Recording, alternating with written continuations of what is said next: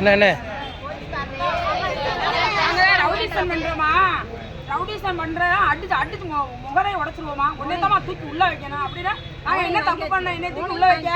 ஏதாவது தப்பு பண்ணணுமா? போன இது கையில இருந்த போன எதுக்கு புடிங்கி வாங்கினாரு? தரவே மாட்டேன்டாரு கடைசி. ஒரு எதுக்கு அந்த குற்றச்சாட்டை நாங்க என்ன தப்பு பண்ணோம்? அவர் என்ன அடிக்கிற அளவுக்கு நான் என்ன தப்பு பண்ணேன்?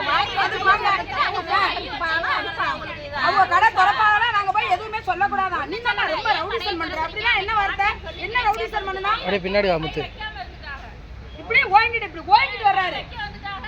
5 நாளாச்சு போட்டு அடிக்க என்ன இருக்கு? நான் ஏன் அவனை பேரைய பார்க்கணும்? நான் நேரடியா போய் சொல்லுவேன். ஏன் அடிக்க எங்களை அடிக்க என்ன இருக்கு? உங்களுக்கு என்ன சட்டம் இருக்கு? போட்டுருக்கு. அதை போட்டு சாப்பிட வழி இல்லை. எதுக்காக போட்டோம் போராட்டம்? இப்ப அடைக்கிறதோட இனிமே நாங்க திறக்க மாட்டோம். 10 நாள் உத்தரவு. அப்ப அந்த உத்தரவு வந்து பொய்யா போச்சு. நாங்க கைவிட்டோம். அதை பேச்சுவார்த்தை போய் எழுதி கொடுங்க.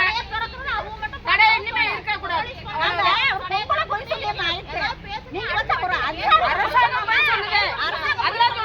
அன்னைக்கு என்ன சொன்னாங்க?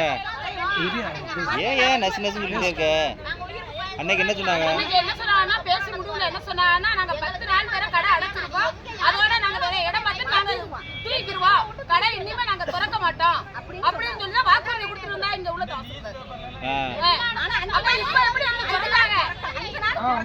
அவர் என்ன கேக்குறாருன்னா கேக்குறாரு நாங்க ஸ்டே ஆர்டர் வாங்கிருக்கோம். ஓடிரு மரியாதை அப்படிங்கிறாரு. ஓடிரு மரியாதையா? அப்படிதான் ஓடிரு மரியாதை போய் நிச்சு ரவுடிசம் பண்ணி என்ன சார் பண்ணணும்? நாங்க பெண்களுக்கு பாதுகாப்பு கொடுக்குறோம்னு சொல்றவங்களே ரவுடிசம் பண்ணணும்னு கேக்குறாங்க. என்ன ரவுடிசம் பண்ணா? அவங்க காலு போறாங்க.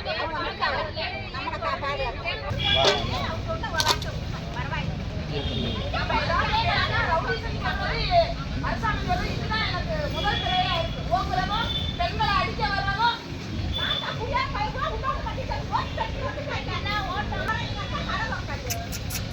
இருங்க.